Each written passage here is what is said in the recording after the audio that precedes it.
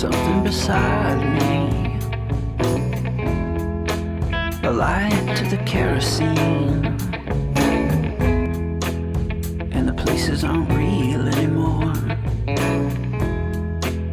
and the faces don't say anything, in the silent light of the mind-blown sphere. It's a game, Devil's Chess Club. Devil's Chess Club.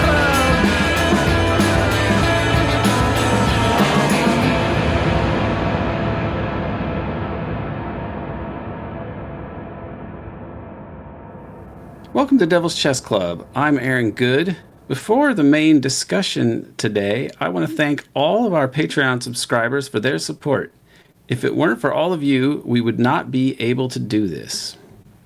If you are not a subscriber, you are missing out on hundreds of hours of content which illuminate the organized criminal entity that is the U.S. empire. The URL is patreon.com/American Exception.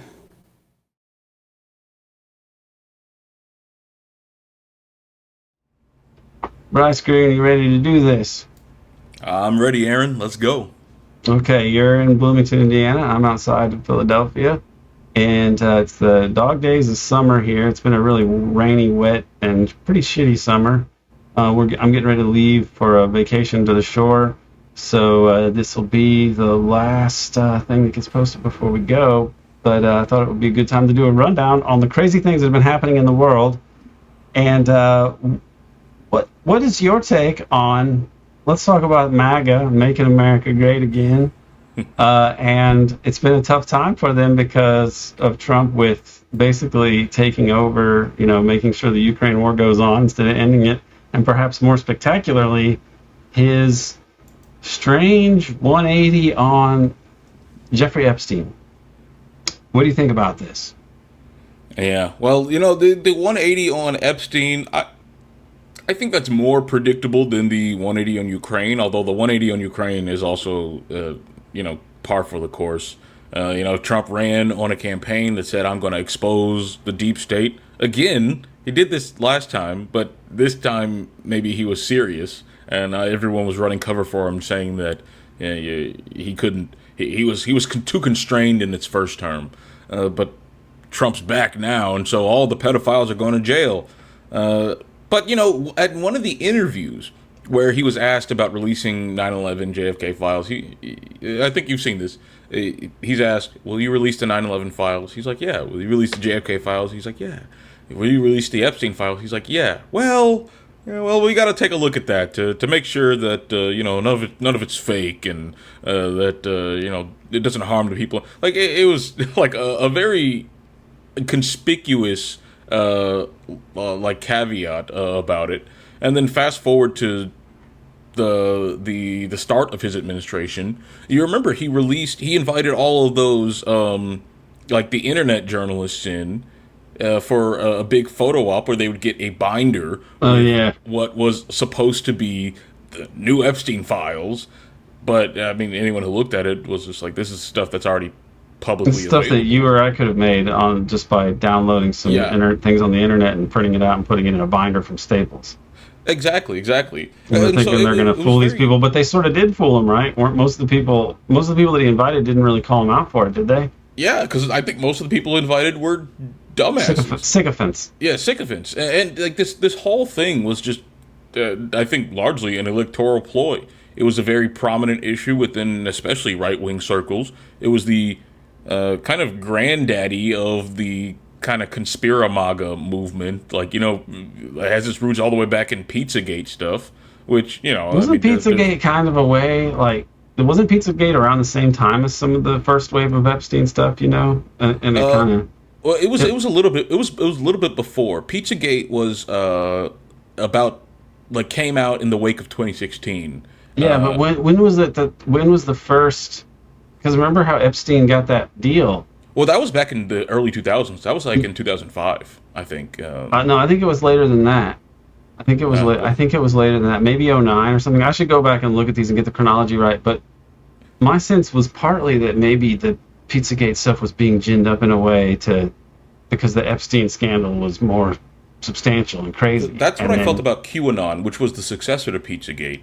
Which it was in the same sort of genre. The QAnon movement seemed almost like tailor-made to direct attention away from the real high criminality of the Epstein phenomenon and the Epstein network, and to kind of like reduce it to an absurd like slogan. It was just a shit-coding operation. So if you're talking about human trafficking and if you're talking about the pedophilic elite, it's wrapped in with this whole idea about elites draining the blood of children for adrenochrome and all that nonsense. And like if you're talking about Epstein, you're feeding into that narrative, so it became a toxic topic for right-thinking people, so to speak. Yeah. Because there was an issue. I mean, the Epstein thing was, and if you look back on it, it looked like a Franklin scandal thing. Yeah. And I got the Franklin scandal book like back in 2008 or 9 or 10 or 2010 maybe. It was one of the books that I got in the first couple of years that I started looking into all the deep state institutionalized criminality. And it's a very good book to have on that. Yeah, and I heard so that's what I always thought about Epstein. So that if anybody really wanted to raise awareness on that, they could have talked about that more. But they used crazy shit to instead discredit the whole line of inquiry. Well, and it was worse is that the Epstein phenomenon seemed to be an obvious cover up, but also the victims coming forward, they seem to be part or being taken into this Epstein victim fund network, which was run by a guy. One of the main lawyers for it was a guy named Stan Pottinger, and Stan Pottinger is one of those deep state Forrest Gump type figures who shows up in all over the place, in Iran-Contra. He shows up in Watergate. He shows up. If you go back into his history, it's very weird stuff. One of his nephews was one of his siblings was trafficking some women all around the country. Same with Bill Barr and the guy that hired Epstein in the first place, and then he's involved in Iran-Contra and other things. Yeah. But the fact that this guy is now involved as a chief lawyer on behalf of the victims kind of shows that the fix is in. And then you have the Ghislaine trial. It would be like if they were represented by Dershowitz or something. You'd be like, wait a second. Exactly. Something's wrong here. Yeah, and then the Ghislaine trial, where they limited the scope of what was to be tried to a small number of victims who were only abused by Ghislaine and Epstein, omitting, hundreds. Well, now they're admitting over 1,000, which is interesting, but omitting the other hundreds of victims that might have been trafficked outside of Epstein and Ghislaine, the individuals, and omitting a lot of the evidence that was collected from the Epstein house, including the files that they found. And they also found lots of video evidence that has never been. And so all of this stuff was public, and they don't have to expose people. Although they could expose the people that were having sex with minors, that would be reasonable. I don't think there's any expectation of privacy there. But even if they didn't want, if they could just describe what was in the tapes. But I mean, if they do it, they have to admit. I think what it really is it's a CIA Mossad partnership to do this kind of work for political manipulation. Yeah, and what's even more blatant about this is that not only do you have the Alex Acosta quote of him saying reportedly that Epstein belonged to intelligence, and that's why he gave him a sweetheart deal. Yeah, but this was Epstein was bragging about being CIA and being Mossad to people. There are articles you can find from the early 2000s and the 90s about Jeff Epstein. He's talking about how he's CIA, and of course he was close to Ghislaine Maxwell, whose father Robert Maxwell it's so obvious. Is one of the spookiest spooks to ever spook. I mean, when he was killed, when he was murdered, it was on a boat named after Ghislaine. The Lady Ghislaine. Yeah. And he's written up in that book. There's a book on Robert Maxwell's Super Spy, and it says that this might be more important than people have recognized, because I personally don't think that I think that the clandestine sort of deep state mob history of this era is not properly understood. But I think that what Maxwell did in selling Promise software to Los Alamos, or with a backdoor, an Israeli backdoor into it, that got exposed, and that leads to, well, it happens around the same. That's in 85 or 86. And that leads to, it's the same era of a whole lot of sort of deep state things that are very similar to what happened in Watergate. Instead of, like, Lansky flees to Israel because the U.S. actually indicts him under Nixon, right? And that seems to be a big part of what's going on in Watergate, is this battle over the global drug connection that had been sort of managed by Lansky and his network of Vegas and other, money laundering entities connected to gambling operations, et cetera, right? And this is connected to Nixon's creation of the DEA, right? Right, and the DEA, one of the things that Nixon's new drug agency does with Hunt is they're trying to assassinate people in Mexico, drug dealers and such. And this seems to be, if you're saying, wait, Mexican drug dealers, who are the big important Mexican drug dealers? But what happens in Mexico is, in the 40s, is that Lansky set up this guy, Harold Meltzer, to set up a drug connection in Mexico. And then Las Vegas, the city as we know it, in the mid-40s, is created by Lansky to launder money from Harold Meltzer's drug connection. That's around the same time he gets the Medal of Honor from Harry Truman. It's just corruption on a scale you can't imagine. And Meltzer was the boss in the mob hierarchy, one of the bosses of Johnny Rosselli. And Meltzer also was in the files as a, like, ZR rifle, like, QJ Win asset of some kind. Like, he was part of the CIA's assassination programs as well. Is this so that's in Denton's book?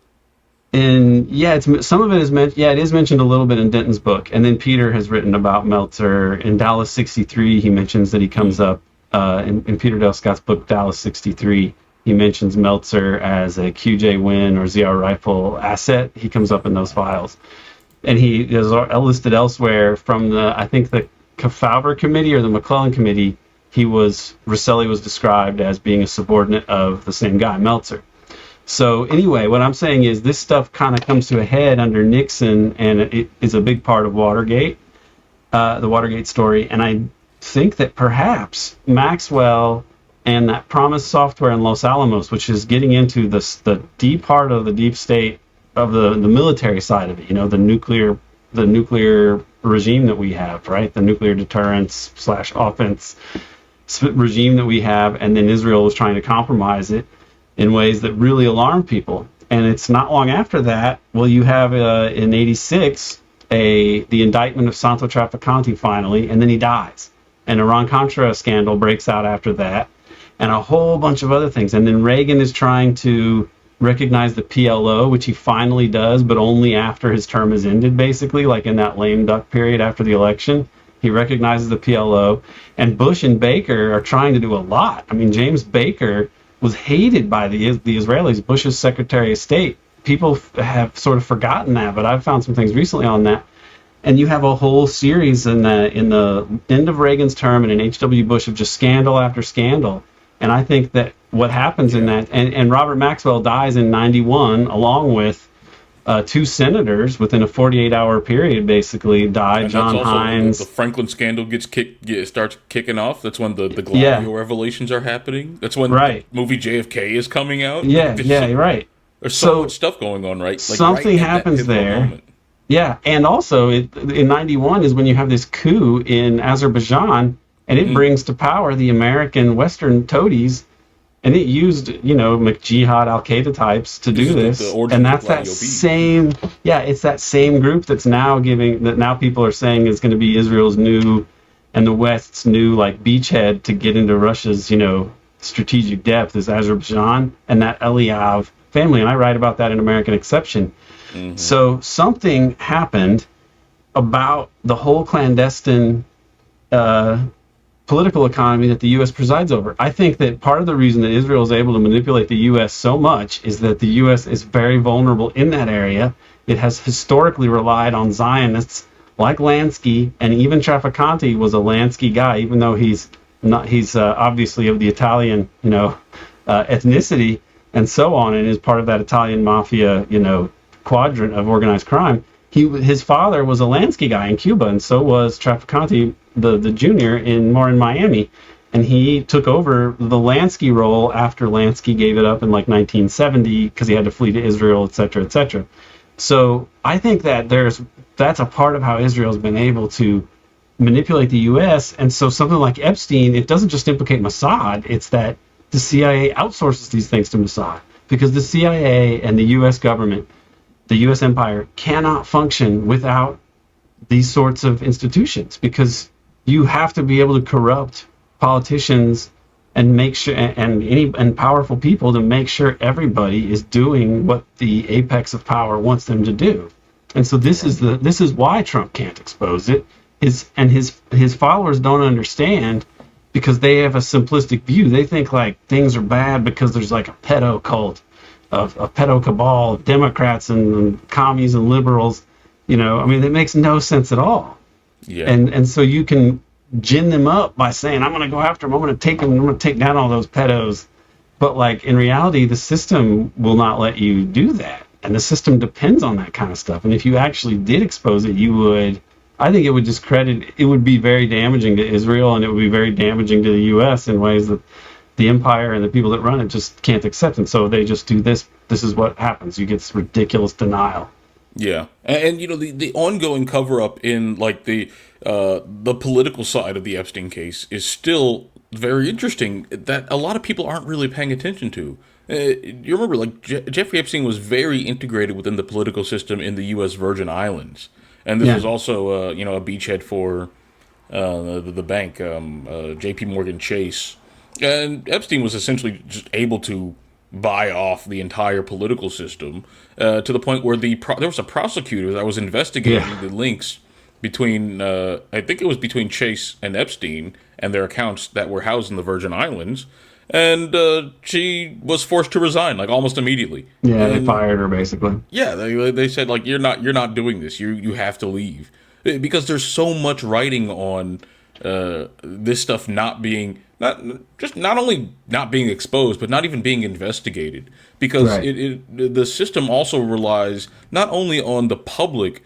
being confused or bamboozled, but also on a lot of the core actors within the system. Like your officials must accommodate these forces, or they'll be at worst they'll be assassinated, but otherwise they could be fired, they could be framed up for something. They could be blackmailed, or there's a good chance that if they're in high places anyway, they're already being blackmailed, and that's why they're in high places. Yeah, the power of these people can move mountains for you and grease the skids for you and make you so successful. But that's because, like Dennis Hastert, total creep, no charisma, not much political gifts, Speaker of the House. Why was he the Speaker of the House? Because he was a vile pedophile. He is a pedophile who raped young boys. And they found that out, and so they said, well, this is a person we will totally control forever, and so let's make him Speaker of the House. And he was the Speaker of the House for a long time, and then when he resigns, there's never any real deeper discussion as to, like, how the hell did this happen? Because if you had that discussion, it would point to something much bigger.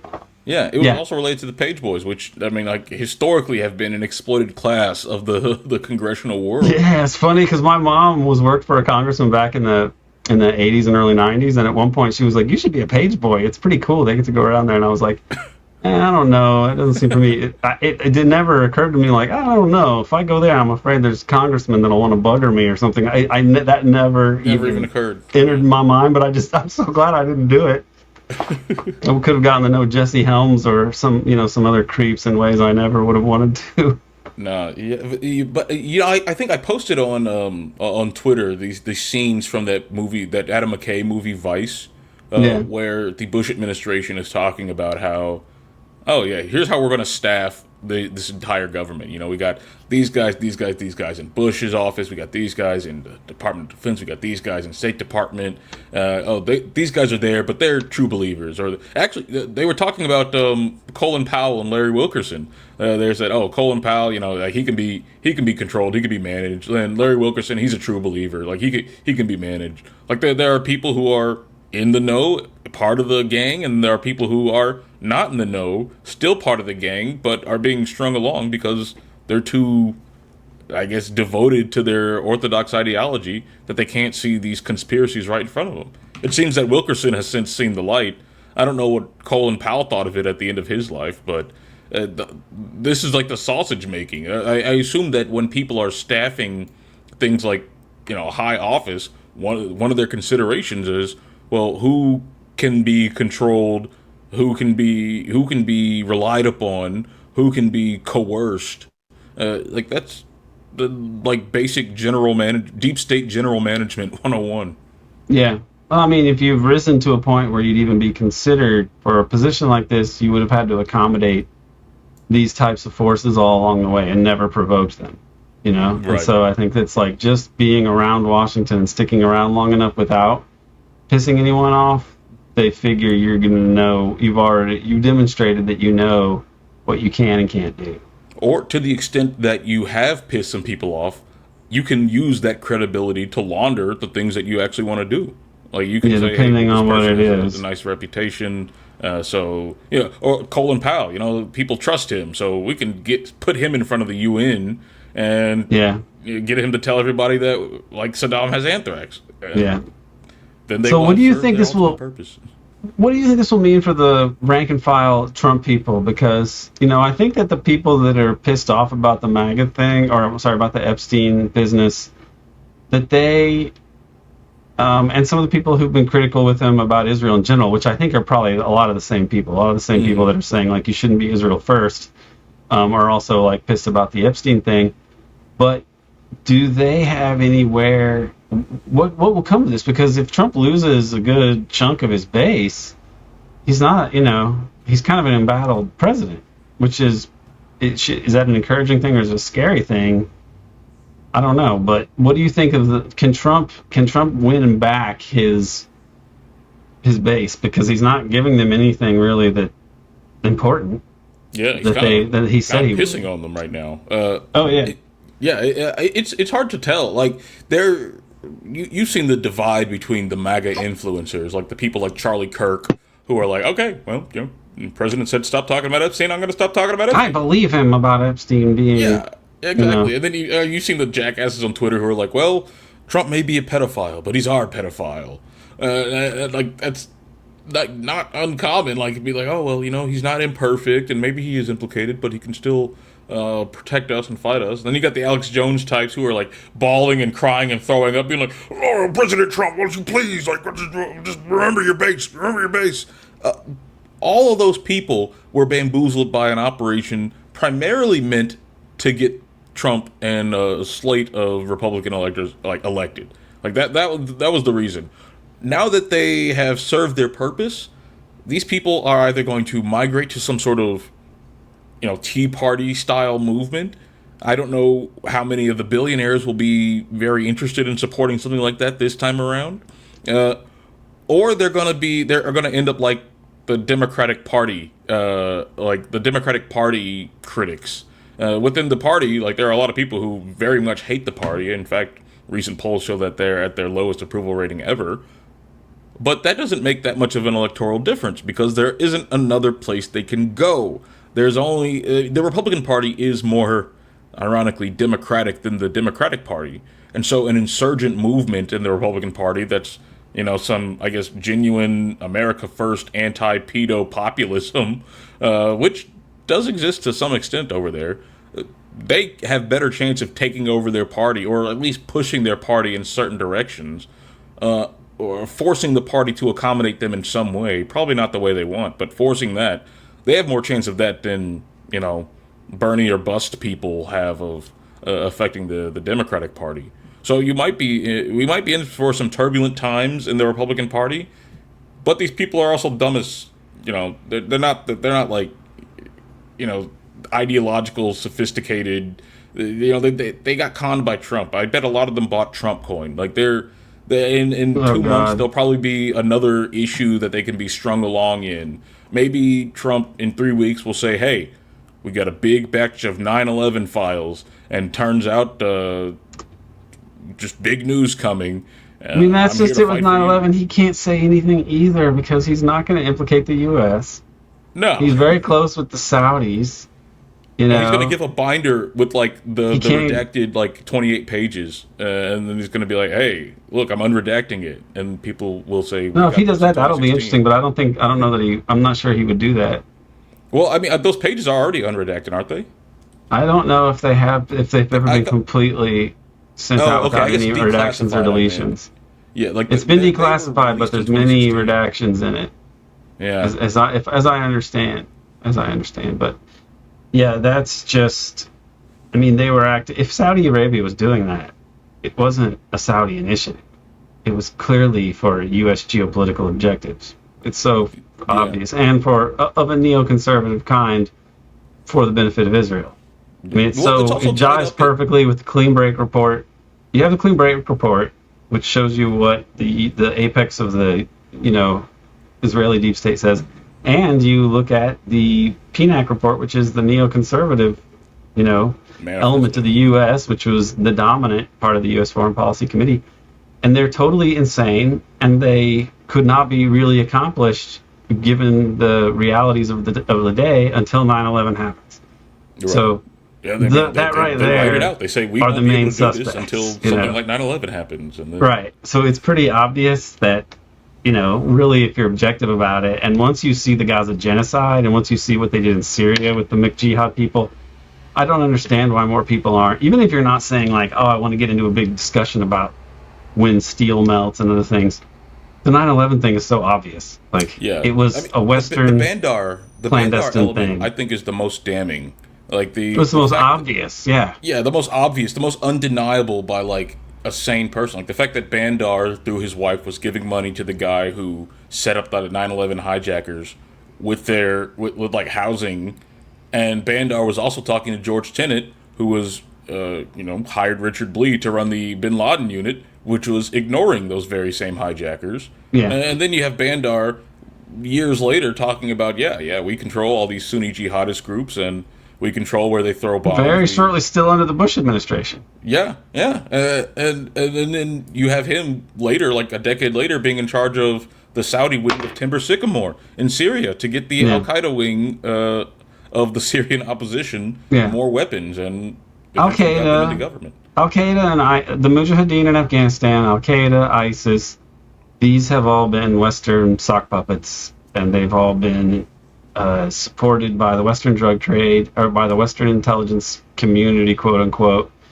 and its satellites, and the international organized crime syndicate as it evolved, throughout the decades after World War II. And I believe after H.W. Bush lost, that essentially a new Lansky type syndicate with very close ties to Israel took over the clandestine deep state, especially the drug aspects.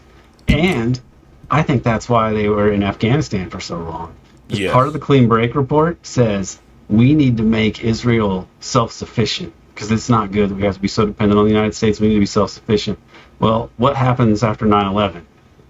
You have them attempt to make Israel a de facto oil producer by virtue of the fact that Iraqi oil, they tried to get that Haifa pipeline up and running, right? Which is insane. And then Afghanistan were there, and that becomes the biggest heroin production place in the world. And as I said, if as it appears to have happened, Israel took over and reconstituted essentially the Lansky syndicate arrangement with the American deep state in some way, shape, or form, nestled, with intertwined with Mossad, then that would explain Afghanistan in part. Not there's other logistical reasons as well, but the drug part. I mean, that's you think like what's valuable in Afghanistan? Well, it's the main center for opium production, and illegal drugs are one of the top 3 internationally traded commodities, and perhaps the one with the highest profit margins. There's also oil and weapons, right? But illegal drugs are probably the highest, the most profitable. Yeah. So this is why I think you can't have Epstein exposed. It's just like what Al Haig, who's probably the person here that we're talking about, who is Deep Throat at the end of All the President's Men. He's quoted and he's saying, it's not the break-in, it's not even the cover-up. It's the whole clandestine apparatus of the United States, and it's sprawling and it's amazing and terrifying. and people are going to start dying, and people did start dying in Watergate if you look at the dates there. But I think that's really what we're talking about. That's why it can't be exposed. That's why Epstein can't be exposed. So when he's in prison, he's like Jack Ruby. It's like if you actually investigate everything that he connects to, you're going to see that the U.S. empire is the international crime syndicate is essentially may as well be a part of the intelligence community of the United States in terms of how it actually functions. And it's a tool of the oligarchy, generates enormous fortunes, and those fortunes go to corrupt politics and so on, and to fund things like, sexual blackmail rings and the activities of people like Epstein. The U.S. has to be defeated. I think it can't deal with its own corruption. The state is so corrupt it cannot deal with it. It cannot reform itself. It's not going to be a pretty process. No. And we were talking about Mick Jihad, and this is a bit of an excursion, but I started reading Vincent Bevan's book, If We Burn. Was it good or is it bad? I mean, it depends on what you want out of it. I got so far. I'm giving the book like a 6 out of 10, maybe 5 out of 10. It goes over a lot of these springs and revolutions in the like late 2000s, early especially 2010s. Arab Spring.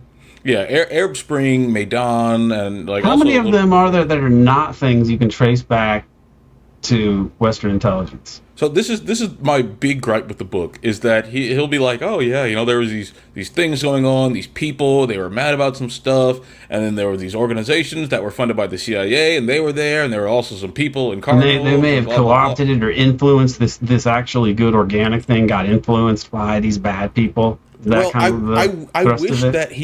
wish that was his narrative, because then he would have to go more in depth into what these operations actually were. But he'll just really gloss over it. He'll say, "Oh yeah." This seems like he's kind of covering his ass. It seems like it's either CYA or just ignorance. And he's not at a university.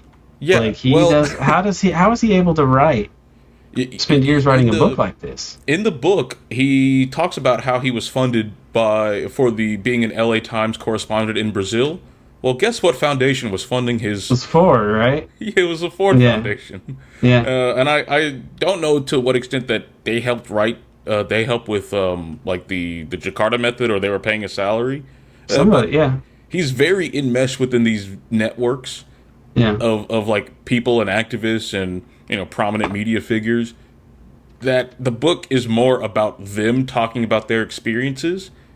But to do that with any credibility, he does slip in oh yeah, this was kind of CIA, like the Maidan one, for example. He talks about that's the most obviously. Even if you look at the civil society part of it, that's U.S. to begin with in the years leading up to that, anyway.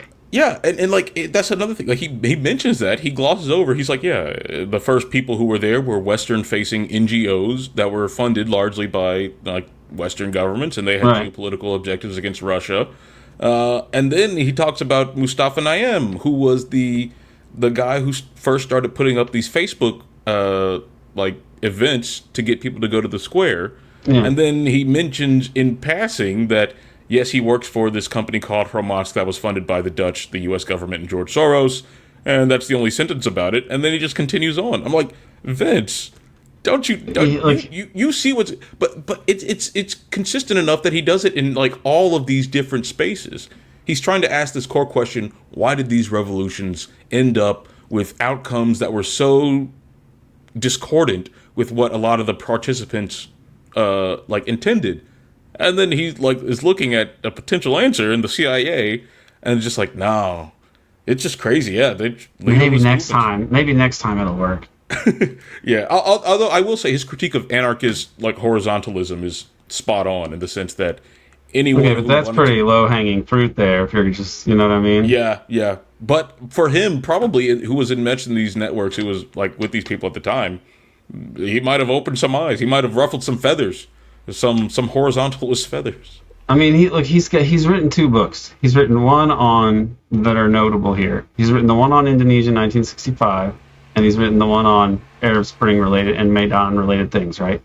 But Arab Spring, Maidan, and the G30S, this 30 September Gestapo movement, coup event in Indonesia. Mm-hmm. These are things that people have written about, and it's pretty clear if you're steeped in U.S. imperialism that these are covert operations, and that it wasn't just the massacre and they coordinated the killing; they sparked the whole thing. Yeah, which suggests also that they would have been, that the killings would have been a part of their bigger plan.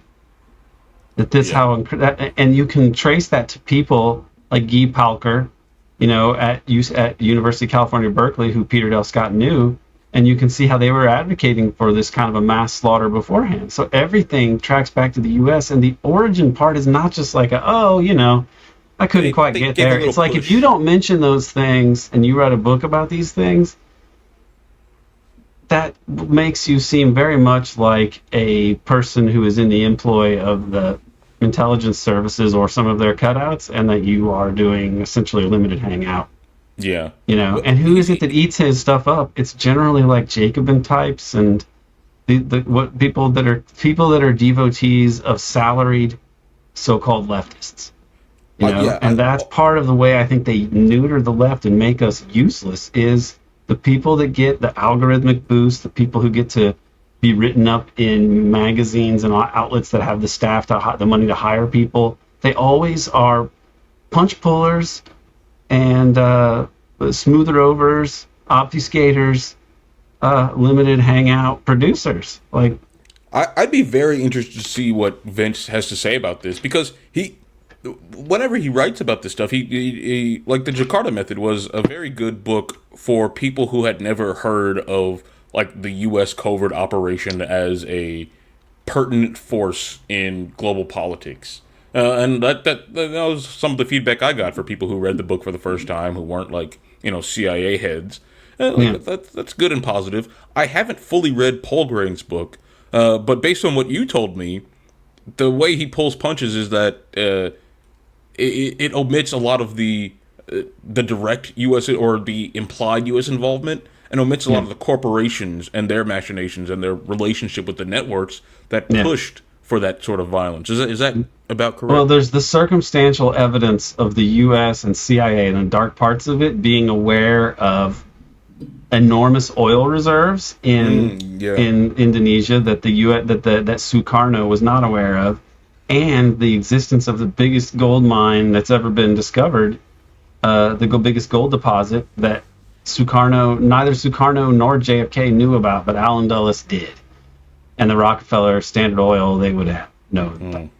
So that's so damning when you think about it. But then also all of these connections that Polgrain unearths, and he had written some books on this by the time that Blevins wrote his book. Yeah. So, or Bevins. How would you not even engage with that material? Or Peter Dale Scott's work on it. Peter Dale Scott's work back in the 80s, he showed that the Lockheed bribery networks that were set up and used by the CIA, that in the months leading up to the coup, the abortive coup that failed, that was the pretext for the slaughter and everything else, the Lockheed bribery scheme had shifted the money from a Sukarno supporter to a Suharto supporter. Which is, to me, an indication that, yes, the clandestine powers that be in the U.S., the American deep state, had picked a side, and it wasn't Sukarno, it was Suharto. So these are things, and there's other aspects, too, that Peter's written about, and also Polgrain, that Bevins could have looked at. And he seems like a nice enough guy on a personal level, but, as somebody who's tried to work in this vein, man, I don't get any institutional support from anyone. I mean, I've had a few people who had enough money that they could send me, maybe $1,000 or $100 here or there, and that's few and far between. I mostly am able to get by because I just sell $5 subscriptions a month, and that's why we can put things like this out, for free sometimes. Yeah. But I don't have somebody like Blevins being like, I got a foundation to I got the LA Times to send me here. There's a reason why you get funding for things. There's a reason why you can work at Jacobin Democracy Now!, etc. Yeah, maybe we should have a Paul Grain Bevins talk. I'd be curious to see. He'd did never you do ever ask it. Paul Grain what he thought of Bevin's book? I know Mm, you did a few. I met him in person. He was cool too. I liked him. I'd like to get him back. The only reason I stopped that series is because I was too busy and it was so time intensive To fleshing read out the all that details stuff. and making the slides. I already read it, but making the slides and preparing it, it didn't make sense for the what I'm trying to do here. It's just too much effort, but it's actually a really important book, and he's a fascinating dude. I'd like to get him back. I should get him back on the show here. I think when I get back from vacation, he's another guy I might reach out to. I'd like to set up a discussion with him and Bevins, but the other part of it is I already know enough of the details to get the gist of it, so I don't want to go and read Jakarta Method really closely because Hmm. I understand what he's put in there and I understand what he's left out, and the things that he's left out are what are more interesting to me. The horror of it all, I was well aware of before without even reading Bevin's book because I've read Peter Dale Scott's work, I've seen Oppenheimer's movies, I've read Paul Grain's book, so I don't really need the limited hangout version of the details of how they murdered all these people. I know that pretty well. Hmm. So we'll see if Either he comes way, back there. yeah. Either way, If I'd we be can get interested to Paul see Graham back. a return to what was it called? Battleground Indonesia, Yeah, JFK versus yeah, Dulles. I know that we need to get to the third part of it where we go over that, and I just have bigger fish to fry at the moment. We're working on the documentary film and everything else. Let's talk about another subject that people will want to hear from us on, perhaps, I would hope, and that is the situation of Israel, which we've been sort of addressing indirectly, but now they're talking about concentration camps. What do they call them? Humanitarian cities? Some evil like that. Oh my God. Yeah. I'm surprised that this is. I mean, I say I'm surprised, but I'm not really. It's just disgusting that this has really been normalized as a topic of conversation. I remember back in November of 2023 when there was a document leaked. I don't remember who published it, but it was from one of Israel's top planning ministries, and it was just a memo that said that yes, our best case scenario would be all of these Palestinians just leaving. And we think that it would be best for them. We think it would cause them the least loss of life, and we want to see a peaceful transition to that. And then the next month, you started seeing this giant construction project being built outside of Egypt on the Gaza border, not in Gaza, but in Egypt, so out of Gaza. They started building 2 miles of walls and all these construction projects. Who was building this?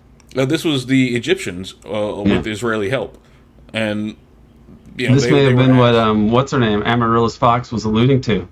Yeah, this is around the exact same time. This is I don't remember when Fox made that comment, but I think it was maybe a month after the first reporting of this city started getting around. Which one? The concentration camp city? Yeah, well, that's what I assume it's going to be. No, it was okay. So what I was referring to is when I was working for RFK Jr. It was David and I were trying and failing to get him to come around on Israel, and I think he's basically admitted that he was blackmailed. By the way, if you see that interview between Charlie Eisenstein, who I know is a good friend of him of RFK's, and then another one of those Make America Healthy guys, but it's these are. And they're both two Jewish dudes, which is interesting. And then they actually say, he needs to get some better Jewish friends. They're sort of joking about it. But then they say, and they're close to him, and they say, yeah, he's being blackmailed on this issue is what we think. And I think that if they're saying that, and I know that they are good friends with him, that's essentially him saying, I am blackmailed on this. Help. Yeah. So, yeah. And I have other reasons for thinking that too. But that's a bit of a digression. For Amaryllis Fox, she was the one that I'd heard from other people was the source of his being so pro-Israel. And then I looked into her, and she had her stepfather and his brother, business partner, were each worth $10 billion, and they were big Zionist dudes. And Fox is his daughter-in-law, right? His stepdaughter. Stepdaughter. I believe, yeah. So anyway, but what she was writing right after October 7 is because she has this sort of hipster shtick, kind of she's this edgy, cool CIA person, who's I mean, I really find her terrible. But I'm a leftist, and my family is like West Virginia hillbillies and such. So this person, I cannot relate to her in any way, shape, or form, politically, sociologically, everything. Okay, but she was saying in the aftermath of October 7th, hey, look, they should go to Israel for a little bit they could go to Egypt. We could just evacuate Gaza. They can go to Egypt and just wait until Israel calms down and Gaza's eliminated, and then they can go back. And it was like, that is so sinister a plan. It's so slimy. It's slimy. And that's what they wanted to do. It's what they wanted from the beginning. And it makes me wonder, not only was it kind of did Israel perhaps know it was coming and let it happen? It really makes you wonder if they use their leverage over the international sources of funding, because you know how Netanyahu has, Qatar, I believe, facilitated, having the Qataris fund Hamas because they like Hamas, because Hamas is so crazy that it lets them declare war on Gaza, essentially. Well, that's a crude way of handling it. He said explaining it, but that's anyone who's against the creation of a Palestinian state will support me in this, and this was getting billions of dollars to Qatar, or letting Qatar give billions of dollars to Hamas. So couldn't those networks have been used to persuade them to launch some kind of attack like this? I think it's quite plausible.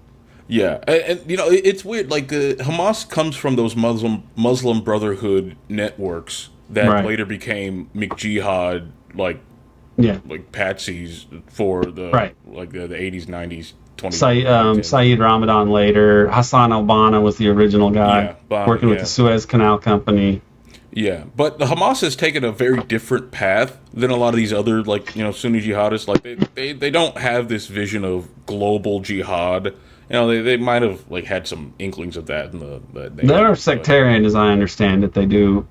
They're very they're probably one of the most moderate Islamist factions on the planet. Like if we're being honest about it, and they've talked about living in coexistence with Jews and Arabs and Muslims. They've actually been more open to something. So that's what the other part of it is. Breaking out of the concentration camp and killing people is not that different than the Nat Turner. You know what I'm saying? Or the Warsaw Ghetto uprising. That said, it did serve the interests of what Netanyahu wanted to do. Yeah. It saved Netanyahu's political chances, and honestly, it gave them a chance to do what they've always wanted to do in the first place, which is why it's probably never going to be completely settled. Yeah. What were the origins of that plan.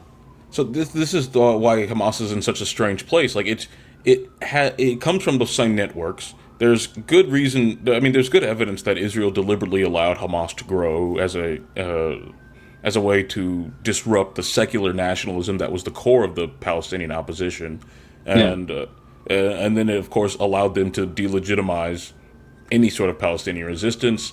There are multiple times in which Hamas has been a pressure against the Fatah, the normalizing movements in Palestine, where Hamas has been like, no, we can't make a deal with these people. You can't trust them. Sometimes that has been in Israel's best interest, but they've also been acting in a way that Israel doesn't like. Like being moderate doesn't serve Israel's interest, which is why they tend to kill some of their more moderate leaders. That's why they killed Ismail Haniyeh, because he's relatively moderate. He's open to negotiation. So they occupy this strange space where they're simultaneously the only focal point of Palestinian resistance, but there's also a good case to be made that they are, to some degree, acting on behalf of Israel's interest. So it's reading about October 7th in that context, you're really left with a lot more questions than answers. I think that their leadership, and like people like Sinwar and the rank and file, I think they're sincere about wanting to destroy Zionism. I believe that, but I believe that the cynicism of the Zionists is such that they would like to gas up these people that perhaps hate them the most, because that way you have a pretext for, it's the same logic as 9/11, which also, a lot of these crazy things happen and come out of the blue, and like, oh, the Muslims attacked us. Why would they attack us? We're so much more powerful than them. I don't know. Now we must destroy them. This seems to keep happening and happening and happening. And everybody is waiting for them to try to blame something on Iran. You even had Brzezinski in front of Congress saying there's going to be a terrorist attack, and it's going to be blamed on Iran, and it's going to be used to start a disastrous war. So even the honest people among the Washington national security elite know the score, but we somehow have to always pretend to be not understanding the game. Yeah, this is another excursion, but regarding Brzezinski and his statements about the just giving more realism to the political discourse than these lunatics will. I recently saw a clip of Brzezinski going in on Morning Joe. Talking about, the clip I'm talking about? Yeah, where he says, like, what you're saying about Israel is so superficial and stupid, I don't even know where to begin. Something like that effect. Yeah, and he was talking about the myth of Arafat walking away from the table in 2000, when in reality, like, that's not what happened. Is there... Brzezinski's a Rockefeller man, and Rockefeller, that Standard Oil Group, that's like that's who was displaced after the 90s. Yes, generally speaking, that's, Gary Vogler, who wrote that book. He was an oil executive, and then he ran the Iraqi oil ministry. Those aspects are pretty conservative, corporate American. You don't get more corporate American than Chase Manhattan and Standard Oil, right? But they are not the fucking Lansky Syndicate, or the Likud, whatever, the Netanyahu. Like, that's not them. That's a different. They know those people are. They're not insane. Yeah. There might be they just want to rule the world and make a bunch of money forever and manipulate things as much as they can. They're for a one world thing where corporations have a bunch of power. But they realize that if that's what they want, you can't lose all your legitimacy and claim to benevolence the way that these neocon policies are doing. Yeah. That was the disagreement. But because one group was kind of worried about these issues, whereas the Zionists would blow everything up and murder anyone, they kind of played chicken with the U.S. establishment, and I think they had the goods on them in a lot of their covert operations and alliances with drug traffickers and so on. And so, I mean, I think it's the most hubristic thing in history, if I'm correct about the general contours of it, that they've blackmailed the empire over its worst deeds. So, all that said, we're back after a little blip there. What do you think is the significance now of the New York Times posting an article by a genocide scholar finally saying, like, yeah, this was genocide? So I think that the New York Times is, as we all know, a bad actor. Bad actor, but they're a very useful barometer for, what left of center or center and center left political discourse is in America. I mean, maybe liberals, right of center as well. Establishment liberals. And when their opinion pages start opposing something, that it represents some sort of consensus view within the elites.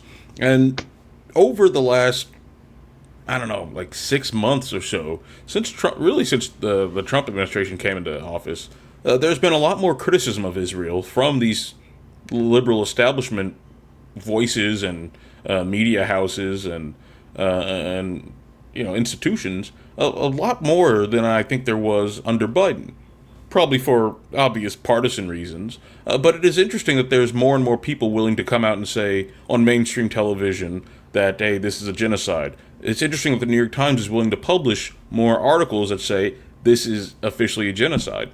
And doesn't the guy say essentially, like, this is becoming basically a consensus among people who are experts or specialists in the field? Yeah, and there were some articles that talked about that in non-major newspapers. Like, there are plenty of articles that wrote about that over the last 2 years of genocide. But the New York Times is taking it up. It does signal to me a shift within some sort of the elite sector. Notice we're not seeing as much as many people criticizing people as Hamas supporters. You're not seeing as many people bend down and kneel to prove that they're not anti-Semitic. You're seeing the major teachers union vote to no longer use Anti-Defamation League like material in their education about anti-Semitism. Like, this is all, major cultural changes. It doesn't do much for the people on the ground. It's not going to stop the genocide, but it is indicative of shifts in the political culture in America that I think are very positive. I think it's because what we were talking about earlier. There are a lot of people who realize that if you're going to try and run the American empire, having everyone in the world hate you because your little brother is going on a genocidal rampage isn't really with money you gave him and weapons you gave him. With your money and your blessing and your diplomatic and political and economic support, like that's not a good look. And more countries are now breaking out of that, under the thumb of America. There are plenty. And it's happening at the time that the U.S. is losing the battles with the economic battles. I mean, the D-dollar, everything the U.S. does, like more tariffs, more sanctions, it's just hastening the creation of institutions that will allow for a non-dollarized global political economy. And that is going to be it's a disaster for the U.S. Everything that they do to try to secure these objectives of like total U.S. economic dominance and greater Israel, it's making it worse. Yeah. They can't. The Ukraine. The more they put into the Ukraine war to try to contain "quote unquote" Russia, the stronger Russia has become. The more sanctions they put around the world, the more countries create institutions that will eventually erode the dominance of the dollar. And the more that Israel tries to go for its final solution, the more the world sees like, wow, this is as insane and pretty much indistinguishable in its logics to the original final solution. I mean, more and more people say that. You just hear more people saying not just this is Nazi. I mean, you had Mearsheimer, University of Chicago, writes articles for the Council on Foreign Relations, and he's saying Israel has become a Nazified regime. So there you have it, and that's and it's it takes like a minute to explain it, and it's kind of an inarguable point at this point, and yet it just is out there, and it's like, is this really going to happen? Right. And I think we might have mentioned this maybe off camera, but like this group of countries got together in Colombia recently. In fact, in the last day, about 30 countries, including China, and I don't know if Russia was there, but Turkey, Bolivia, like a lot of like global South countries, and they were there for the purpose of talking about concrete ways in which those countries could act to impede Israel's genocide. And they came out of that with a document, a plan, signed by, I think, a dozen of the attendees, not China included, unfortunately, but they were talking about, not allowing Israeli ports and embargoing Israeli weapon shipments through your infrastructure, sanctioning individuals, not allowing these individuals to come, adhering to, ICC rulings about arrest warrants and personnel bans, or arrest Netanyahu if he comes. Like, these things are, they're not, launch an army and let's go like rescue Palestine. But these are concrete steps that they're taking within the international system that are moving further and further away from the Washington Consensus. And the presence of China and other rising developing nations, it's so stupid to call China a developing nation, but you know what I mean. These other nations, it shows that they're going to be part of this new world. They're going to be part of this entire revamp of global liberal institutions. And it's ironic because America seems a lot less committed, and the West as a whole seems a lot less committed to like liberal internationalism as defined that's by been the case from the start, though. The U.S. invented the UN. The U.S. was the main force behind the creation of the UN and everything, and what we think of as liberal international law in the post-war era. It's also been the biggest violator. Yeah. And did you hear the quote from Xi Jinping? He said something to the effect of, "We don't seek to dominate the world. We seek to liberate countries from those who think they own the world." That's a paraphrase, but it's basically what he said. It was perhaps the most important statement about banding together to end Western imperialism. Is really what it amounts to, and that's That's new, and they are so methodical about the way they go about things. It's really amazing. But to get back to the last thing I wanted to talk to you about, because you're working on it now, these claims of mass rapes on October 7 and so on, which seem to have been debunked, and they sort of put them away for a while, and then the stories that were more notable were Israel, Zionist goons raping Palestinians, like systematically, sexually, torturing them and so on. But now we're getting back to the old the hoax of mass rapes on October 7. So what do you have to say about that? You're working on an article about it, right? So maybe you can summarize some of the key So there points. was about 2 weeks ago, there was an article in the Times, like the UK Times, that claimed that they had new witness testimony detailing Hamas systematic sexual, assault on October 7th. And I've done a number of threads on Twitter and a number of just analyses of what's in these previous claims. And so I naturally wanted to read this and figure out what was going on. New testimony, that's an interesting bit of evidence that should be evaluated. And so I read the report. First thing I learned, the report's comes from a group called the DINA Project, funded by the UK government. And the UK government is, of course, a belligerent in the conflict and is not a disinterested source. So that should be taken, with a grain of salt to begin with. But then you go and look at some of the authors. The authors have previously praised the Pramila Patten, who was the UN representative for conflict-related sexual violence. I think it's a different name, but it's a related name to that. And she wrote the last report from the UN about sexual violence on October 7th. And if you look at the report, a lot of claims are being made that aren't linked to a source. It's mostly just her saying that, oh, we found some stuff, we found this. But the damning part of the UN report was that they say they looked through all of the open source material. They looked through all the videos, all the photographs taken of the day, the audio recordings, and whatever public surveillance footage there was, and they found absolutely no evidence to corroborate a single claim of rape that day. Well, that's pretty damning. And they also said they found no forensic evidence to corroborate that. Again, that's also pretty damning. Whatever the conclusions about... So that's to corroborate that they couldn't find that really rock solid evidence of any sexual assault taking place. No. Much, which of course means there's obviously no, systematic Exactly. sexual assault going on. Exactly. So how does the story come back? So the report from the DINA Project, while it claims to have new testimony, it only actually has one new statement from anyone, and it's someone who claims that there was an attempted rape at the Nova Music Festival. The source for this is an anonymous woman who spoke to the project, but don't worry, it's corroborated by another anonymous person that the report talked to.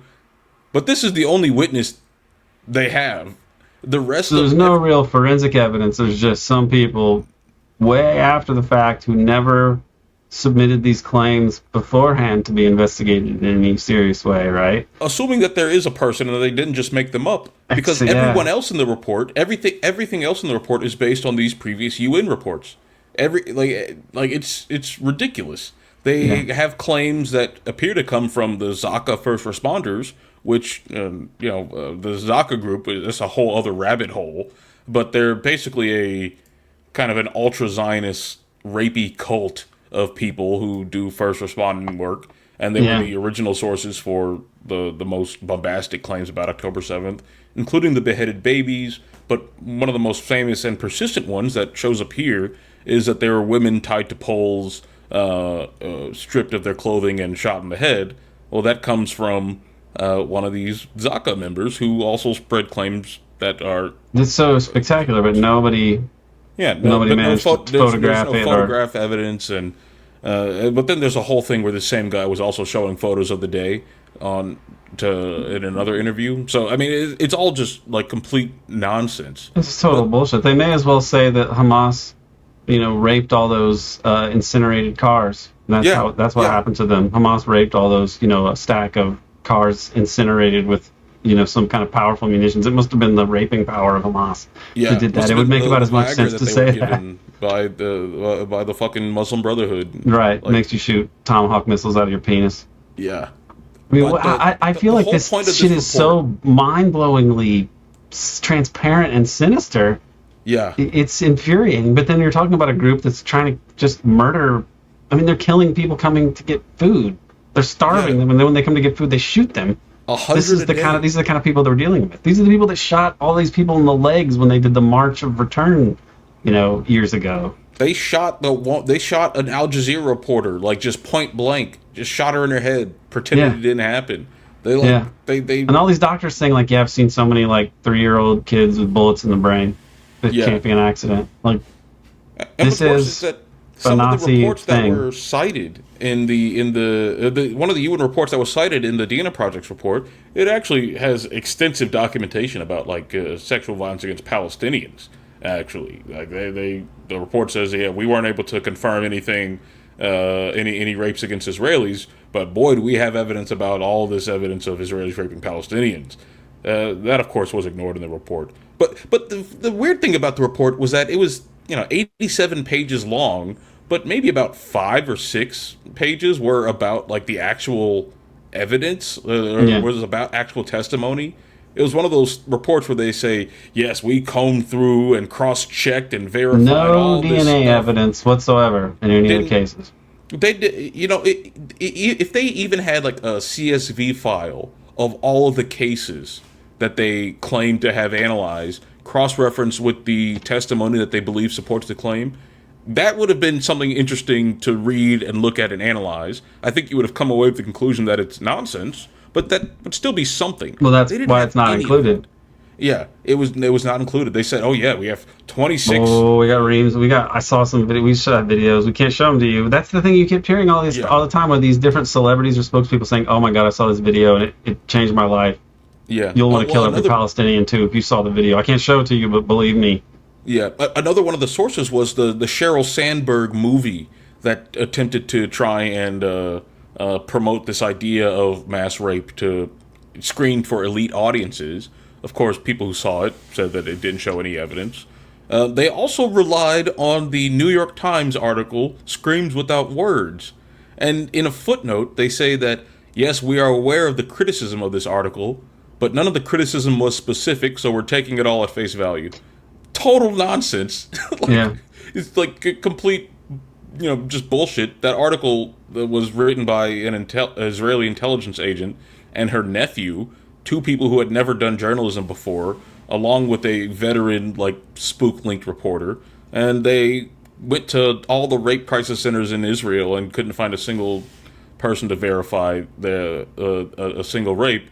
And one of the people who they said was raped in that article, their family called and said, hey, do not say this about our family. This is not our narrative that we're pushing. So, like, the idea that there's no specific criticisms is just false. So this is a nonsense report. They make these reports this report mostly focused on trying to develop new legal mechanisms for prosecuting crimes. And get this, they want to move away from a victim-centered methodology. Well, what does that mean? It means that they want to be able to try and prosecute crimes without identifying either victims or perpetrators. I don't even know what joke to make about that. Like, it's lunacy. It's just absolute lunacy. But this is what the majority of the report was about. Right. It was about trying to develop a legal theory in which you could prosecute a group of people or punish a group of people for non-specific crimes that couldn't be linked to any individual in that group, that also couldn't be linked to any specific victim. It's like, just like... Yeah. It's not even Orwell. This is... Yeah, it's like beyond Orwell. It's some sort of updated postmodern remix of Nazism. Yeah, it's a step beyond lived experience. It's like, here's a lived experience that I imagined for someone else, and I think that should be enough. And therefore, we need to carpet bomb some people. I mean, the ironic thing is that if you look over the last, decades, you have the no evidence of systematic rape or even anecdotal rape on October 7, when it comes down to it, from Hamas at all. They said the ear witnesses will be very important in prosecuting. Yeah, but what we do have loads of evidence on is the Israeli state systematically using sexual torture and violence, mass rape against Palestinian prisoners. And in the U.S., we have apparently Israeli state-linked individual, Jeffrey Epstein, who is systematically trafficking and sexually assaulting, raping, underage American girls. And it's not just that is happening; it's that is being done also to corrupt our democratic processes that are already very corruptible anyway, given the campaign finance system and everything else. But the only thing that will get traction in the Western media really or taken seriously is the one that's made up, which is Hamas sexual violence on October 7th. Epstein, not a thing. And the Israeli sexual violence, well, it's been written up in reports, but we're not going to really comment on it very much, and it's not. There's going to be no prosecutions. Yeah.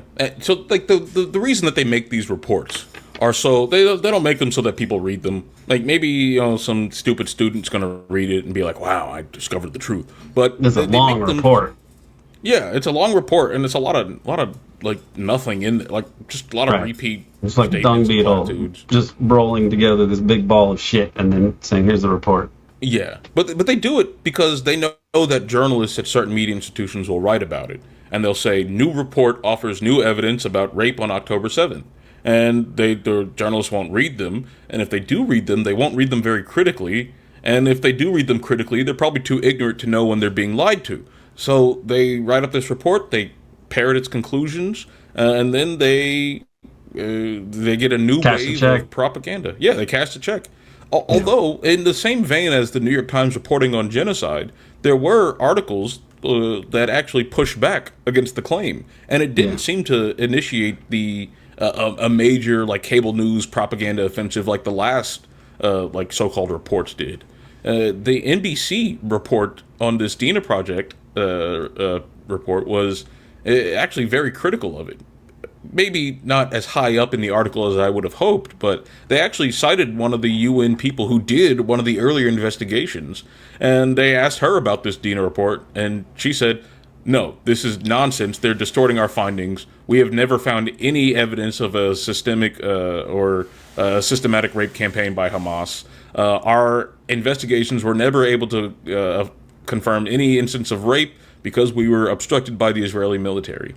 So this is reported in NBC. This is, the NBC stashing this in their article. They're pushing back more and more, and the public really isn't having this nonsense about mass rapes. And again, even if it was completely true, it's still a minuscule fraction of the crimes that everyone's watching Israel commit every single day.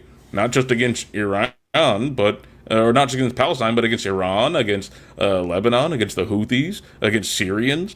They're not people aren't taking it as much anymore, and major media institutions seem to be shifting as well. Yeah, and even the Superman thing, which I haven't seen the film, and I always thought Superman was a kind of boring hero. Like he's the way that the Superman sort of analog is treated in The Boys, seems to me like why Superman kind of sucks as a hero. He's just sort of an Uberman, he's like the Ubermensch. He's Uberman. Yeah. He's like he can't help, even though I know that there's an interesting story about it and sort of a Jewish allegory to the original one from the early days or whatever. The way that he's just sort of an American fascist in a sense. Like it's too crappy a hero. It's a boring one. But I'm sorry, that's more than I need to say about Superman. But the fact that they have Superman defending an indigenous population from being, exterminated, as I understand it, that there are scenes to that effect of him that he's trying to stop these people who are being slaughtered in some sort of colonial massacre or something to that effect, right?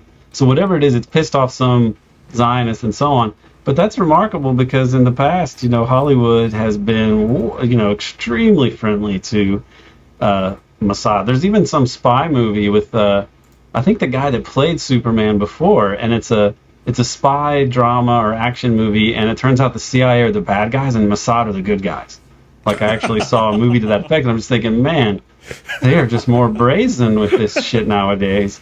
So the Superman thing, that might show how the worm is turned a little bit.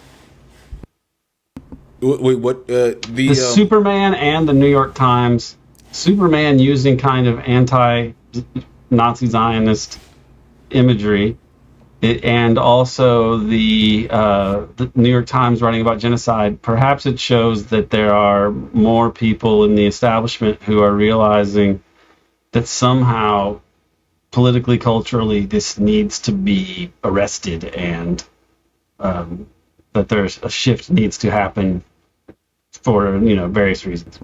Yeah, I don't know anything about James Gunn's politics or the production schedule of this movie, but I mean it certainly had to have been influenced if it was made in the last.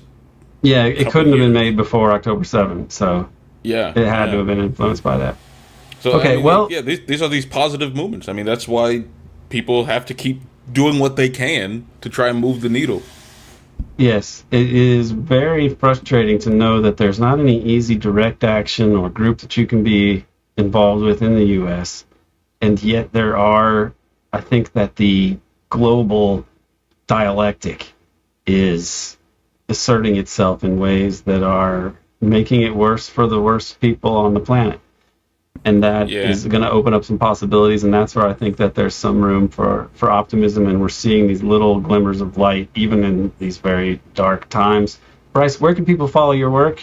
People can follow me on Substack. If you just Google Bryce Greene Substack, you can find that. If you Google Bryce Greene Twitter, I'm there at the Greene BJ. That's mostly where you can find me. I publish articles around, but you can find them all there. Very good. So until next time, I'm going on vacation, but when we get back, we'll have you back on sometime very soon, probably first of the month for our subscribers. We'll do the Zoom update around that time. So it was great talking to you again, and until next time, peace. And you, Aaron.